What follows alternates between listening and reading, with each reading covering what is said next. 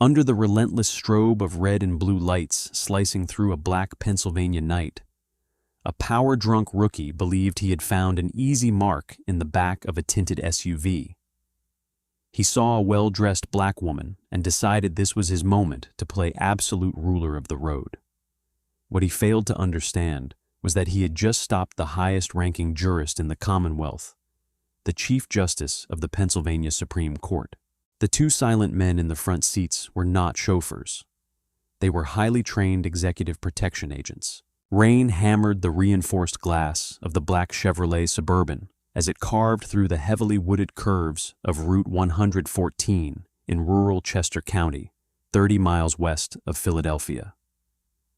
Inside the cabin, the storm existed only as a distant, muted drumming against ballistic glass. The dual-zone climate control whispered.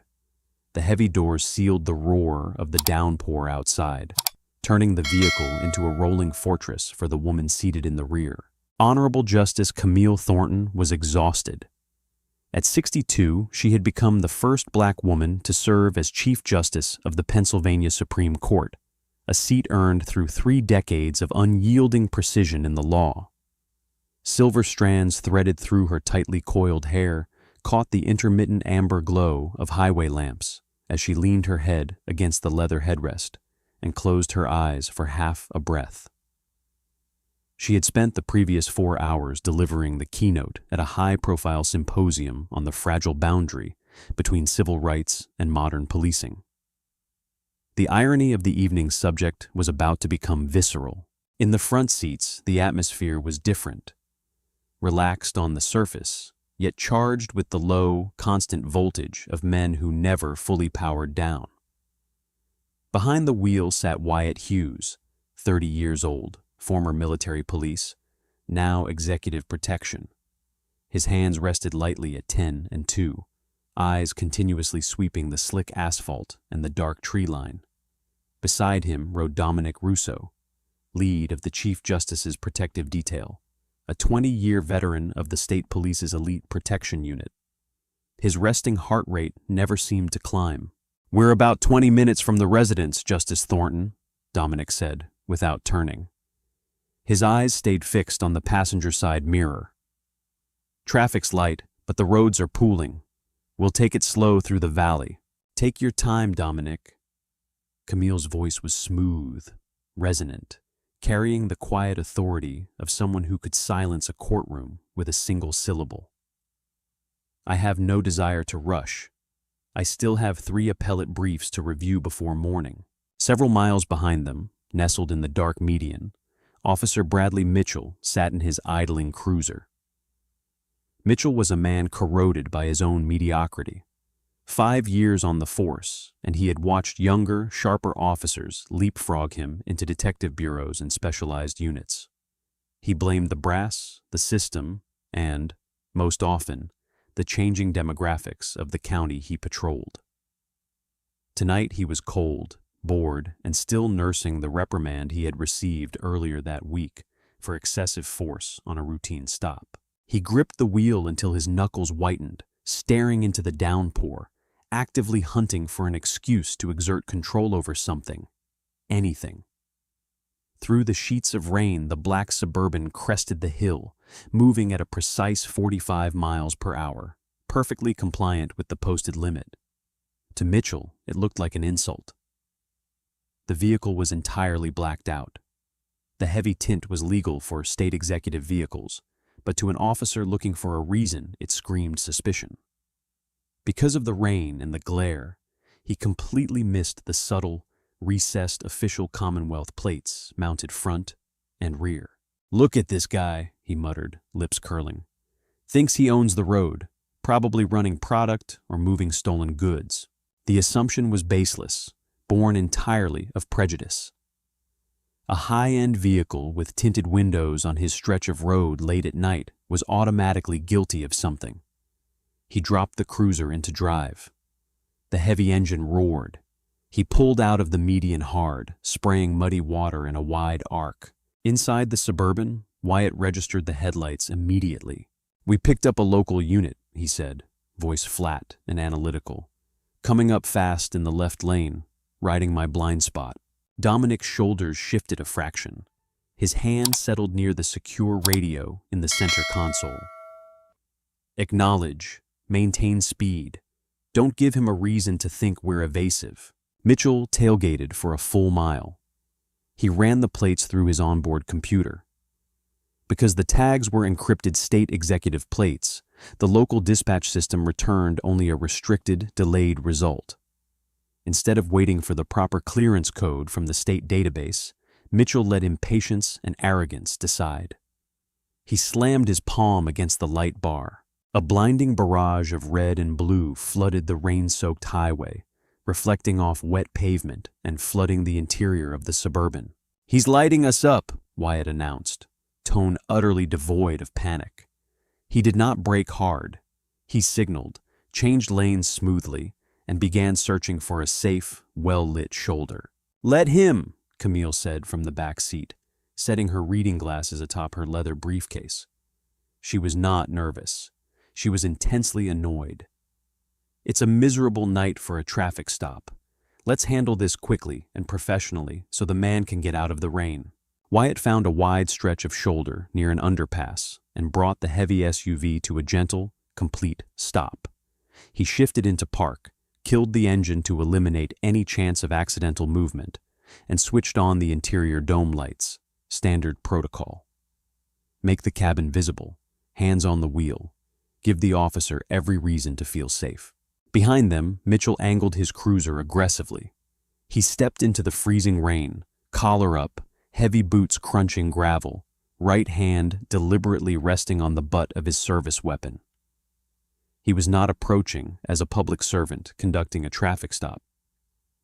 He was approaching as an apex predator asserting dominance. He had no idea he was walking straight into a hurricane. Rain battered Mitchell's shoulders as he marched toward the black SUV.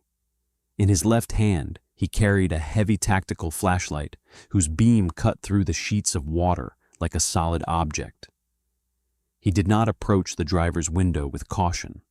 He approached with entitlement.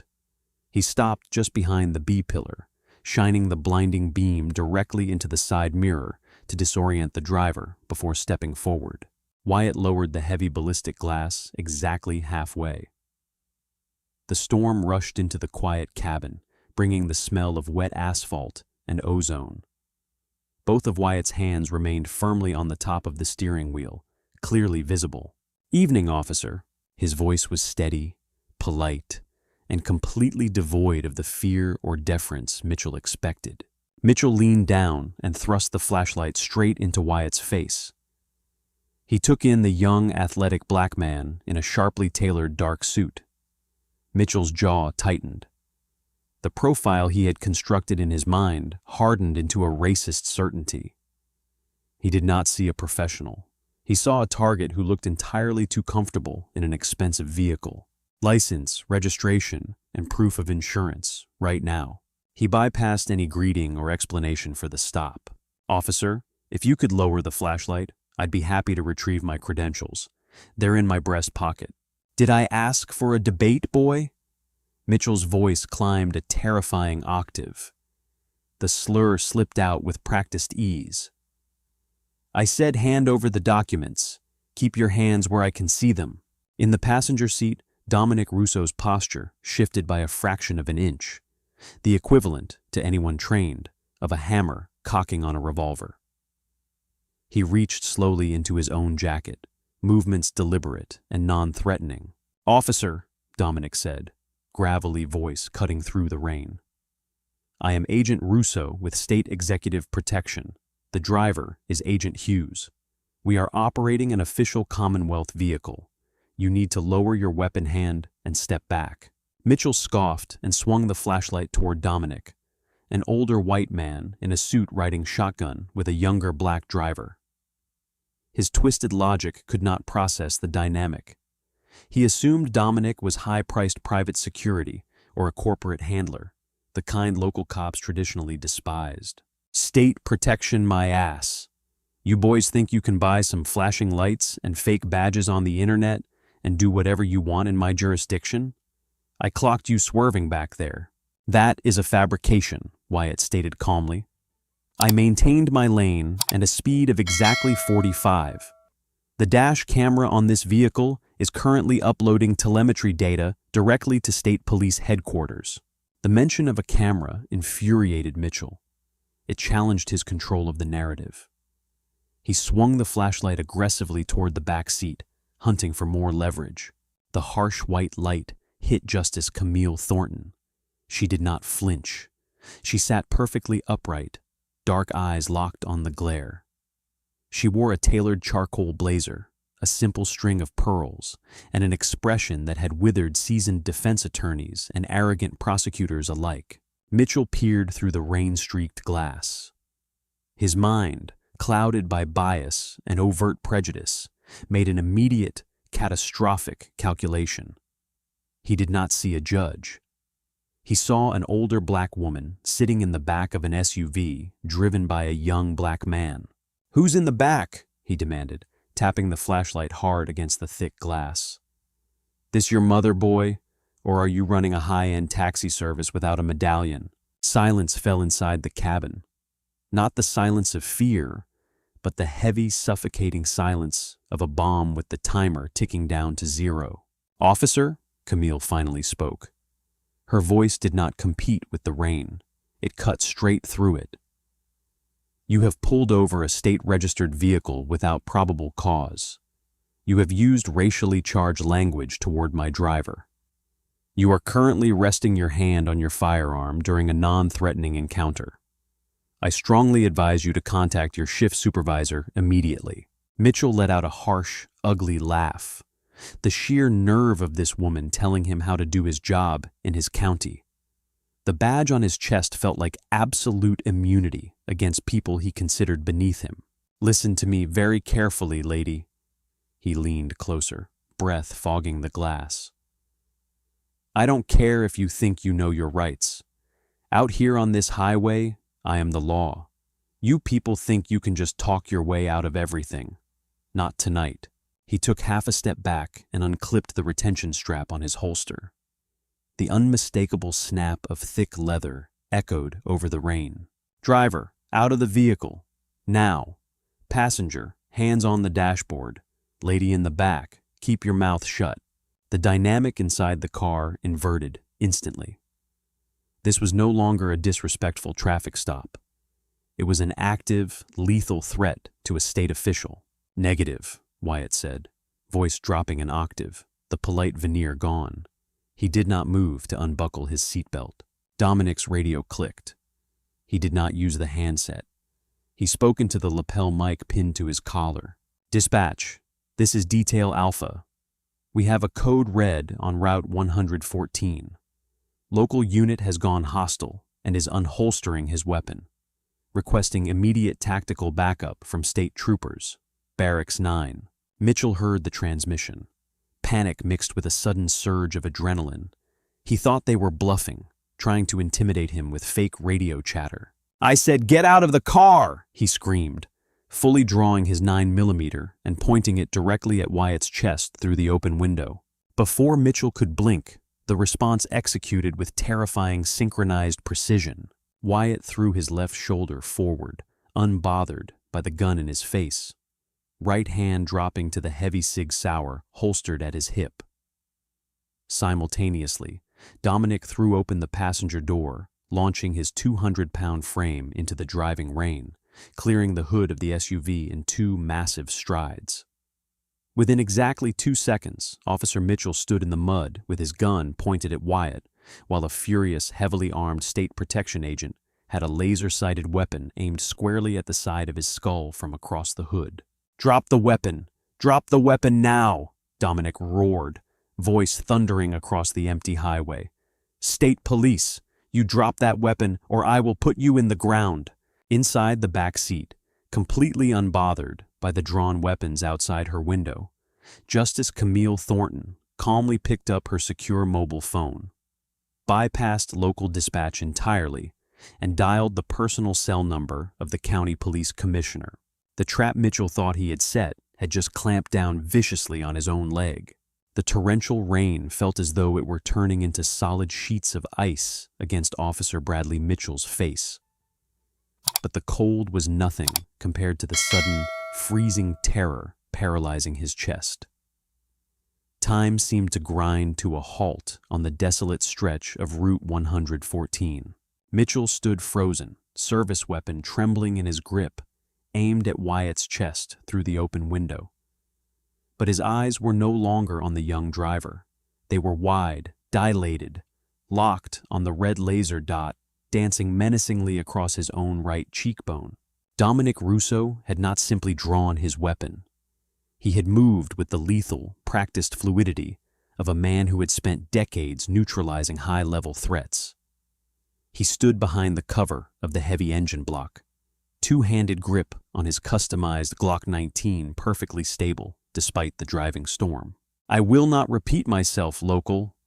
Dominic's voice carried a metallic edge that cut entirely through the pelting rain. "Lower the firearm, place it on the pavement, and step back with your hands interlaced behind your head. You have exactly 3 seconds before I consider you an active shooter." Inside the vehicle, Wyatt had not drawn, but his thumb had quietly disengaged the retention hood of his holster. His eyes remained locked on Mitchell's trigger finger. His breathing was slow and measured. "Listen to him, Mitchell," Wyatt said, voice eerily calm, devoid of anger or panic. "You are experiencing an adrenaline dump. Breathe. Do not make a mistake you cannot undo. Put the gun down." Mitchell's mind short-circuited. The power fantasy he had been riding 60 seconds earlier had violently shattered, replaced by the grim realization that the older man aiming at him from across the hood was entirely prepared to pull the trigger. Slowly, almost mechanically, he began to lower his pistol. In the back seat, completely unbothered by the drawn weapons outside her window, Justice Camille Thornton pressed her secure phone to her ear. The line connected after 2 rings. "Commissioner Callahan," the gruff, sleepy voice of Robert Callahan, Chester County Police Commissioner, answered. It was nearly midnight. He had clearly been asleep. "Robert, it is Justice Thornton." Her voice carried an icy, commanding stillness that instantly yanked the commissioner fully awake. "Justice Thornton, good evening, ma'am. Is everything all right? Are you calling about the appellate decision tomorrow?" "I am calling you from the back of my state-issued vehicle on Route 114, northbound." She enunciated every syllable with terrifying clarity. "One of your patrolmen, a young man whose name tag reads Mitchell, has just illegally detained my vehicle. Furthermore, he has drawn his service weapon and aimed it directly at the chest of my driver, Agent Hughes." Dead silence on the other end of the line.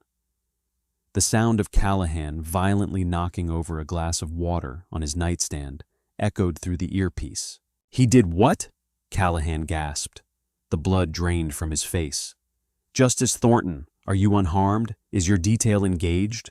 Agent Russo currently has your officer at gunpoint from across the hood of my vehicle to prevent him from discharging his weapon," Camille explained casually, as if dictating a grocery list.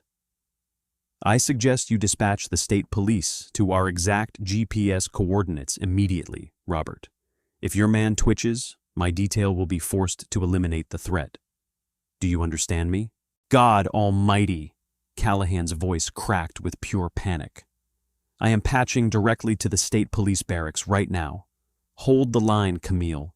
Please, tell your agents to hold their fire. Help is less than 2 minutes away." Outside, Mitchell finally let his weapon slip from his fingers. It clattered loudly onto the wet asphalt. "Kick it away! Kick it under the car!" Dominic barked, not lowering his Glock a single inch. Mitchell blindly kicked the pistol with his heavy boot, sending it skidding beneath the Suburban. He raised his hands, fingers trembling violently, and laced them behind his head. He was hyperventilating, rain mixing with the cold sweat pouring down his forehead. "I didn't know," he stammered, voice cracking, the racist bravado entirely evaporated. I thought the vehicle was—" "Shut your mouth," Dominic ordered, moving out from behind the hood, weapon still trained on Mitchell's chest as he closed the distance. "Turn around, face your cruiser. Do not move a single muscle." Before Mitchell could even turn fully, the distant wailing of sirens pierced the night. Within seconds, the sound morphed into a deafening roar. Over the crest of the hill, a terrifying procession of headlights and blue strobes broke through the darkness. It was not local backup. It was a swarm of heavy state police interceptors, 4 Dodge Charger pursuit vehicles and 2 tactical SUVs, descending on the scene and boxing Mitchell's lone cruiser in completely. The vehicles screeched to a halt at intersecting angles, forming an instant barricade. Doors flew open. Nearly a dozen heavily armed state troopers poured into the rain.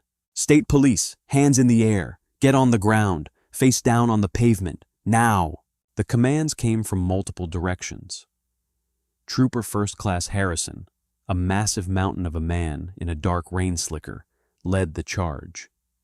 He did not wait for Mitchell to comply.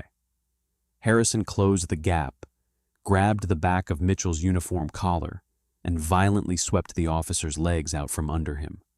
Mitchell hit the freezing, puddle-soaked asphalt hard, face first. The wind was knocked entirely from his lungs. Before he could even gasp, Harrison's heavy knee dropped squarely into the center of his spine, pinning him to the ground. Steel handcuffs ratcheted tightly around Mitchell's wrists, biting into skin. "Detail Alpha, this is Trooper Harrison. Suspect is secured," Harrison shouted over the rain, looking up at Dominic. Dominic finally lowered his weapon, clicked the safety, and slid it smoothly into his shoulder holster. He nodded once. "Good response time, Trooper. The suspect's weapon is under the front axle of my vehicle. Secure it for evidence." Mitchell lay in the muddy water, cheek pressed against the rough, freezing pavement. Blue and red strobes from half a dozen cruisers flashed intensely around him, illuminating the catastrophic ruin of his life. He looked up, vision blurred by rain, and watched as Wyatt calmly stepped out of the driver's side door, adjusting his suit jacket, not a single drop of sweat on his brow. Mitchell was completely, utterly trapped. The predator had just become the prey. The torrential downpour eased into a steady, persistent drizzle, though the flashing blue lights of the state police interceptors still painted the wet highway in erratic, strobing colors. The perimeter had been completely locked down. Yellow crime scene tape was already being strung between the cruisers, effectively closing the northbound lanes of Route 114. Officer Bradley Mitchell was yanked to his feet by 2 burly state troopers. He was soaked to the bone, shivering violently, uniform covered in mud and gravel. They dragged him toward the back of a state cruiser and pushed him roughly against the rear door to search him. Mitchell's mind raced, desperately trying to construct a narrative that could save him. "You guys don't understand," he pleaded, voice high-pitched and frantic. He looked at Trooper Harrison, who was thoroughly patting down his pockets. They were driving erratically. The windows were totally blacked out. The driver refused to comply with my lawful orders. I felt my life was in danger. You have to believe me. I'm on the job. I'm one of you. Harrison pulled Mitchell's spare magazines from his duty belt and tossed them into an evidence bag held by another trooper. He looked at Mitchell with pure, unadulterated disgust. "You are not one of us," Harrison growled, voice a low rumble. "You're a liability and a badge." A sleek, unmarked silver Ford Explorer pulled up to the perimeter tape, its hidden grille lights flashing silently. The doors opened and Captain Victoria Dawson stepped out. Dawson was the commanding officer of the State Police Internal Affairs and Executive Protection Division. She was a sharply featured woman in her early 50s, wearing a heavy waterproof tactical jacket over her dress uniform. Her eyes scanned the scene, taking in the disarmed local cop, the heavily guarded Suburban, and her own troopers securing the area. Dawson marched directly toward the black Suburban. Dominic Russo met her halfway, extending a hand. "Captain Dawson," Dominic said, tone thoroughly professional. "The scene is secure. Subject has been disarmed and taken into custody." "Agent Russo," "Are you and Agent Hughes uninjured?" Her piercing gaze darted toward the driver's side, where Wyatt stood quietly by the door. "We are perfectly fine, Captain." However, the local officer escalated a routine, baseless traffic stop to a lethal force encounter within 3 minutes. He drew his firearm on Agent Hughes and aimed for center mass. Dawson's jaw tightened. "Did your dash system capture the audio and video?" "Every second of it," Wyatt interjected, stepping forward. "Both exterior wide-angle and interior cabin feeds. The telemetry data, proving we never exceeded the speed limit or swerved, was live-streamed to dispatch the moment his light bar activated." Dawson nodded firmly. She turned on her heel and walked over to where Mitchell was being held against the cruiser. Mitchell saw the gold captain's oak leaves on her collar and immediately tried to stand taller, attempting to project some semblance of authority. "Captain, please, let me explain." The panic leaked entirely through his facade. "These guys are lying. The driver was hostile. He reached for something. I had to draw my weapon to maintain control of the stop." Dawson stopped 3 feet from him. She did not yell. She did not scream. She simply stared at him with a look of terrifying cold calculation. "Officer Mitchell," she began, voice carrying easily in the damp night air. "In exactly 10 minutes, the county police commissioner, your precinct captain, and the district attorney are going to arrive on this highway. They are not coming here to back you up. They are coming here to personally witness the destruction of your career." Mitchell swallowed hard, throat dry despite the rain. "Captain, I didn't do anything wrong. It was a lawful stop." "You pulled over a state-registered executive vehicle," Dawson corrected him, tone completely merciless. "You utilized racially charged derogatory language toward a sworn state protection agent. You unholstered your weapon and aimed it at a fellow law enforcement officer without provocation. And you did all of this while threatening the life of the Chief Justice of the Pennsylvania Supreme Court." The words hit Mitchell like a physical blow to the stomach. The air rushed out of his lungs. "The who?" Dawson did not answer. She simply looked past him. The heavy armored rear door of the Suburban opened with a solid mechanical clack. Wyatt immediately stepped to the door, opening a large black golf umbrella to shield the passenger from the lingering drizzle. Justice Camille Thornton stepped out onto the wet asphalt.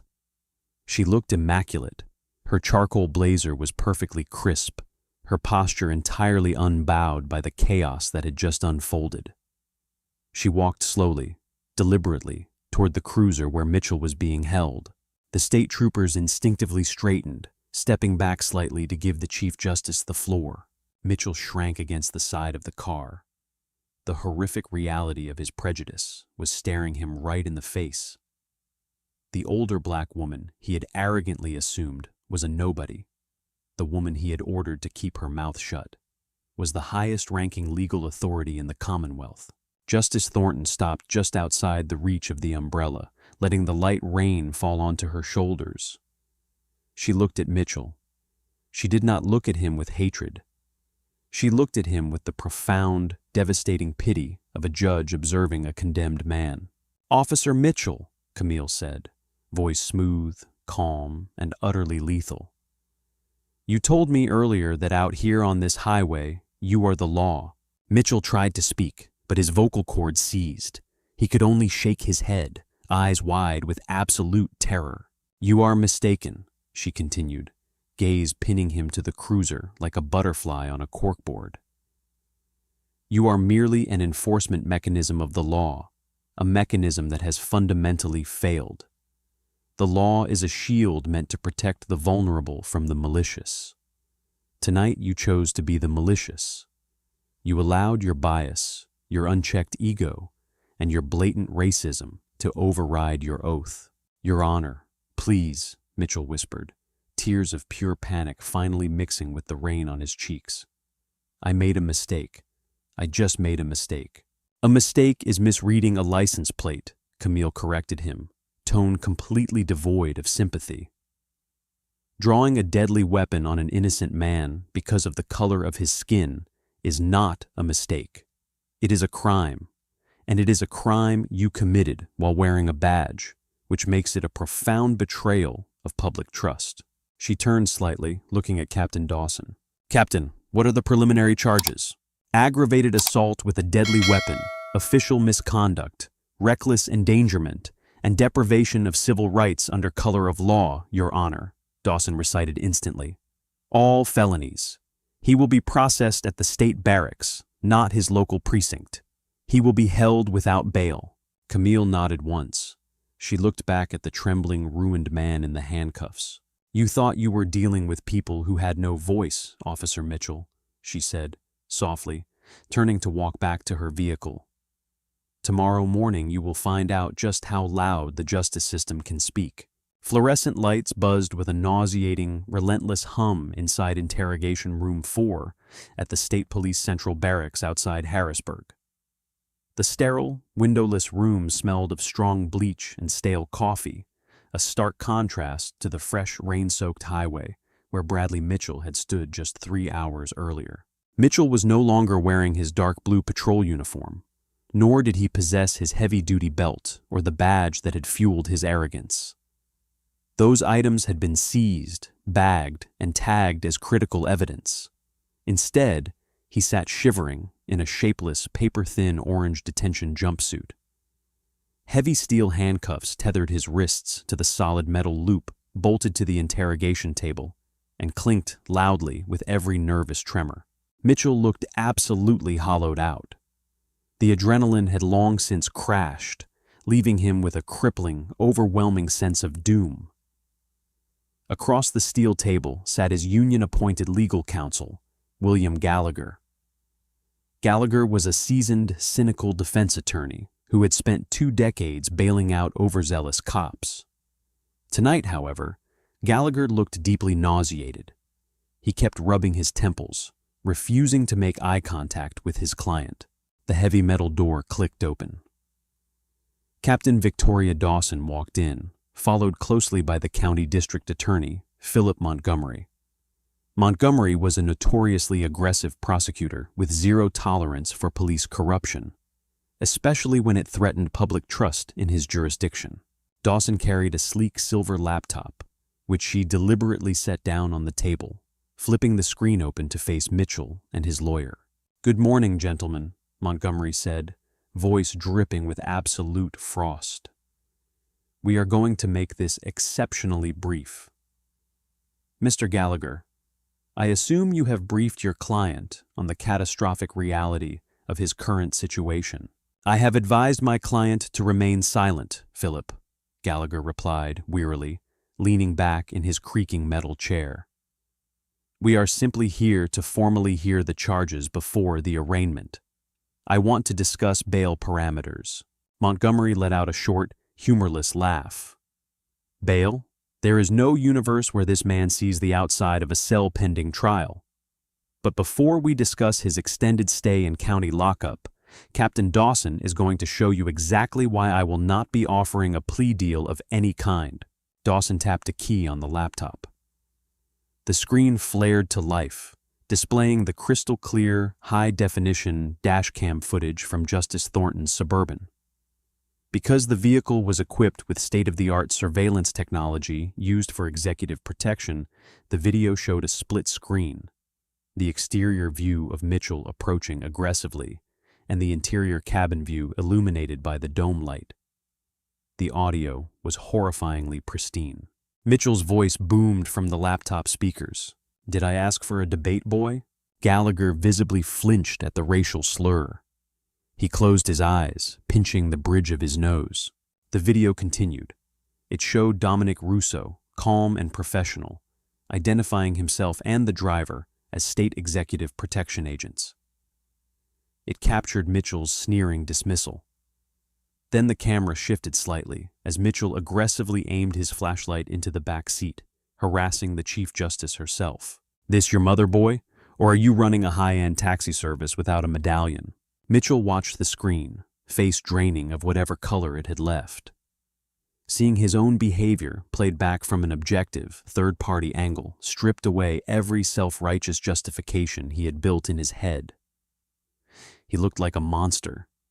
He sounded like a petty, racist tyrant. Then came the climax. The video clearly showed Mitchell unholstering his weapon, completely unprovoked, and pointing it directly at Agent Wyatt Hughes's chest. Dawson paused the video on the exact frame where Mitchell's gun was leveled at the driver. The timestamp glowed brightly in the bottom corner. "Unprovoked escalation to lethal force," Montgomery stated coldly, tapping his pen against the table. "Targeting an on-duty state protection agent. Deprivation of civil rights under color of law. Aggravated assault. And to make matters worse, Internal Affairs raided your precinct about an hour ago. We pulled your personnel file, Mitchell." Mitchell's head snapped up, panic flaring in his bloodshot eyes. "My file?" "Yes, your file," Dawson interjected, crossing her arms. "Your precinct captain, John Reynolds, tried to bury 3 separate civilian complaints filed against you over the past 18 months for excessive use of force and racial profiling during traffic stops. He thought he could sweep your behavior under the rug to protect the department's statistics." Gallagher looked at Dawson, completely alarmed by this new information. "Captain Reynolds is involved?" "Captain Reynolds was suspended without pay 20 minutes ago," Montgomery said ruthlessly. "Justice Thornton did not just call the county commissioner tonight. She made a direct phone call to the United States Attorney General's office in Washington. The Department of Justice Civil Rights Division is dispatching a federal oversight team to your precinct by tomorrow afternoon. They are going to tear your department down to the studs, Mitchell, and you are the catalyst." Mitchell let out a choked, desperate sob. The magnitude of what he had done was finally crushing him. He had not just ruined his own life. He had inadvertently triggered a federal investigation into his entire chain of command. The hard karma he had been dodging for years had finally caught up, and it was arriving like a freight train. "I'll quit," Mitchell blurted, tears spilling down his face, completely ignoring his lawyer's advice to stay quiet. "I'll resign right now. Take my pension. Just please don't send me to federal prison. They'll kill me in there. I have a wife. I have a mortgage." Montgomery leaned in close, eyes completely devoid of mercy. "You should have thought about your wife and your mortgage before you pulled a loaded gun on a black man simply because you didn't like the car he was driving. You are an absolute disgrace to the badge you wore. The state will seek the maximum penalty on all counts." Morning sunlight poured through the towering arched windows of the Chester County Courthouse, illuminating dust motes dancing in the heavy, tense air of courtroom 101. The gallery was packed beyond maximum capacity. Every wooden bench was filled with local reporters, national news correspondents, civil rights advocates, and off-duty police officers who had come to witness the spectacle. The atmosphere was incredibly suffocating. Bradley Mitchell sat at the defense table, looking completely shattered. He was still wearing the bright orange county jail uniform. His wrists and ankles were securely shackled with heavy steel chains that rattled loudly every time he shifted his weight. He kept his head bowed, staring blankly at the scarred wooden surface of the table. He was entirely isolated. His life outside the courtroom had already collapsed with terrifying speed. Just 2 hours before the hearing, William Gallagher had handed Mitchell a manila envelope. Inside were expedited divorce papers filed by Mitchell's wife, who had immediately packed up their 2 children and left the state to stay with her parents, horrified and deeply humiliated by the national news coverage of her husband's racist tirade. Furthermore, the local police union president, Frank Peterson, had held a live press conference at dawn, officially disavowing Mitchell's actions and severing all union-funded legal support. Gallagher was now operating merely as a court-appointed public defender until Mitchell could secure private counsel, which he could no longer afford. "All rise!" the bailiff's voice boomed, cutting through the low murmur of the crowded gallery. Everyone in the room stood at attention. From the heavy oak doors behind the bench emerged Judge Beatrice Corwin. She was a formidable, no-nonsense jurist with a reputation for handing down incredibly harsh sentences to public officials who abused their power. She took her seat, adjusted her glasses, and slammed her wooden gavel down with a sharp, echoing crack. "Be seated," Judge Corwin ordered, opening the thick case file placed before her. She scanned the preliminary indictment, her expression growing darker with every page she turned. "We are here for the arraignment and bail hearing of Commonwealth versus Bradley Mitchell. The charges are numerous and severe, including aggravated assault with a deadly weapon and federal civil rights violations." She looked over the top of her reading glasses directly at the defense table. "Mr. Gallagher, how does your client plead?" Gallagher stood up, looking visibly exhausted. "Not guilty, Your Honor.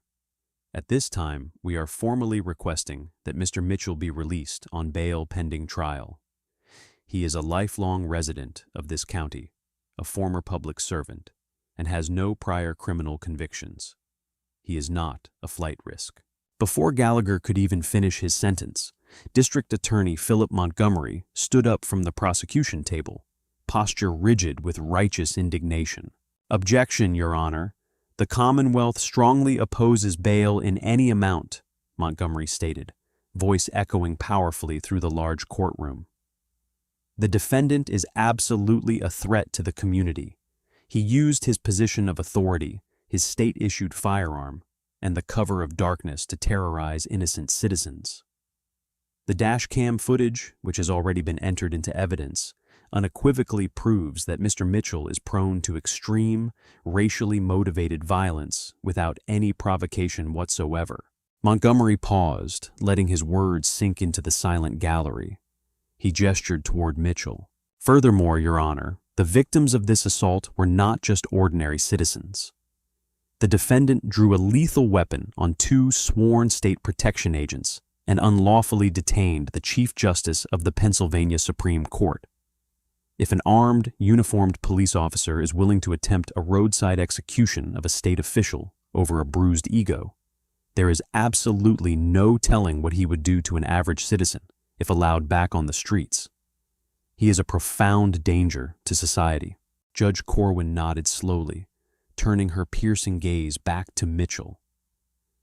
The disgraced cop could not even look up to meet her eyes. He was trembling so violently that the chains around his ankles clinked against the chair legs. "Mr. Gallagher," Judge Corwin said, voice dripping with judicial disdain, "your client took an oath to protect and serve. Instead, he chose to operate as an armed thug, utilizing a badge as a shield for his own virulent bigotry. The sheer audacity required to draw a weapon on a compliant driver over a fabricated traffic violation is staggering." She closed the file with a loud, decisive snap. "The public must have absolute faith that those who enforce the law are not immune to it," Judge Corwin declared, voice ringing out like a death knell for Mitchell's freedom. Given the overwhelming video and audio evidence, the severity of the felonies charged, and the egregious abuse of official power, this court finds that the defendant poses a clear and present danger to the public. She raised her gavel high into the air. "Bail is categorically denied. The defendant is hereby remanded to the custody of the county sheriff until the conclusion of this trial. And let the record reflect that given the federal civil rights probes now active in this jurisdiction, this court will recommend transferring the defendant to a high-security federal penitentiary should he be convicted." The gavel slammed down like a thunderclap. Bang! Mitchell completely broke down. A loud guttural sob tore from his throat as the sheriff's deputies immediately stepped forward, grabbing him roughly by the shoulders. They hauled him to his feet, ignoring his weeping. As they dragged the disgraced, ruined cop out of the courtroom through the side door, the gallery remained entirely silent, watching the brutal, unyielding hammer of justice smash a corrupt man's life into absolute dust. 8 months later, the biting, freezing winds of late February rattled the heavy, reinforced glass of the United States District Court for the Eastern District of Pennsylvania in Philadelphia. Inside the cavernous, wood-paneled federal courtroom, The atmosphere was thick with the suffocating weight of absolute, inescapable finality. The local state trial had never even materialized. The moment the federal government intervened, the Department of Justice Civil Rights Division completely consumed the case, elevating it from a local scandal to a massive sweeping federal indictment. Bradley Mitchell sat at the defense table, but he was virtually unrecognizable from the arrogant, aggressive patrolman who had strutted through the rain on Route 114. The past 8 months in federal hold, spent entirely in administrative segregation for his own physical protection, had aged him a decade. His posture was perpetually hunched, his shoulders caved inward. The stark white federal prison jumpsuit hung loosely on his dramatically thinned frame. His hair had completely grayed at the temples, and his eyes darted nervously around the room, haunted by the brutal reality of his shattered existence. The federal oversight probe, initiated by Justice Camille Thornton's phone call, had acted like a sledgehammer to a rotten foundation. The FBI and DOJ investigators did not just look at Mitchell, they tore up the floorboards of his entire precinct. What they found was a terrifying, deeply entrenched syndicate of corruption, quota padding, and systemic racial profiling entirely orchestrated by Captain John Reynolds. The ultimate twist of hard karma arrived when Mitchell realized the brotherhood he thought protected him did not exist. The very moment the federal agents raided the precinct, Captain Reynolds had attempted to entirely frame Mitchell as a lone wolf, falsifying backdated internal memos to claim he had been trying to fire Mitchell for months. Betrayed, abandoned, and facing a potential life sentence for federal civil rights violations, Mitchell had no choice but to completely flip on his former commanding officer. He spent dozens of hours in heavily guarded interrogation rooms, handing the FBI every piece of evidence, every text message, and every illegal directive Reynolds had ever issued. Because of Mitchell's desperate cooperation, Captain Reynolds and 6 other senior officers were currently sitting in federal custody, indicted under the Racketeer-Influenced and Corrupt Organizations Act. The precinct was placed under an aggressive federal consent decree. "All rise," the court deputy announced, voice echoing sharply off the high ceilings. The Honorable William Rosenberg, a federal judge known for his merciless sentencing in police corruption cases, took his seat behind the towering mahogany bench. He looked down at Mitchell with an expression of profound, chilling indifference. "Mr. Mitchell," Judge Rosenberg began, voice amplified by the microphone filling the silent courtroom. "The court has reviewed the exhaustive plea agreement reached between your defense counsel and Assistant United States Attorney Laura Kensington. You have agreed to plead guilty to 1 count of deprivation of rights under color of law and 1 count of aggravated assault with a deadly weapon. In exchange for your ongoing cooperation against your former commanding officers, the government is capping its sentencing recommendation at 15 years in a federal penitentiary. Do you fully understand these terms?" "Yes, Your Honor," Mitchell whispered, voice cracking, barely audible over the hum of the courtroom's ventilation system. He leaned closer to the microphone. "Yes, I understand. Before I formally accept this plea and hand down my sentence," Judge Rosenberg stated, folding his hands together, "the court recognizes that the primary victim of this egregious assault is present and wishes to deliver an impact statement." The heavy wooden doors at the back of the courtroom swung open. Justice Camille Thornton walked down the center aisle. She moved with the same unyielding, majestic grace she had possessed on the side of that rain-slicked highway. She wore a tailored navy blue suit, her expression composed, entirely devoid of vindictiveness, but radiating absolute authority. She was flanked quietly by Agent Wyatt Hughes and Agent Dominic Russo, both men wearing impeccably cut suits, their presence a silent, powerful reminder of the night Mitchell's reign of terror ended.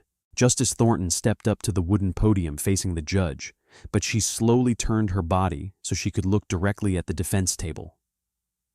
Mitchell visibly flinched, dropping his gaze to his shackled hands. "Look at me, Mr. Mitchell."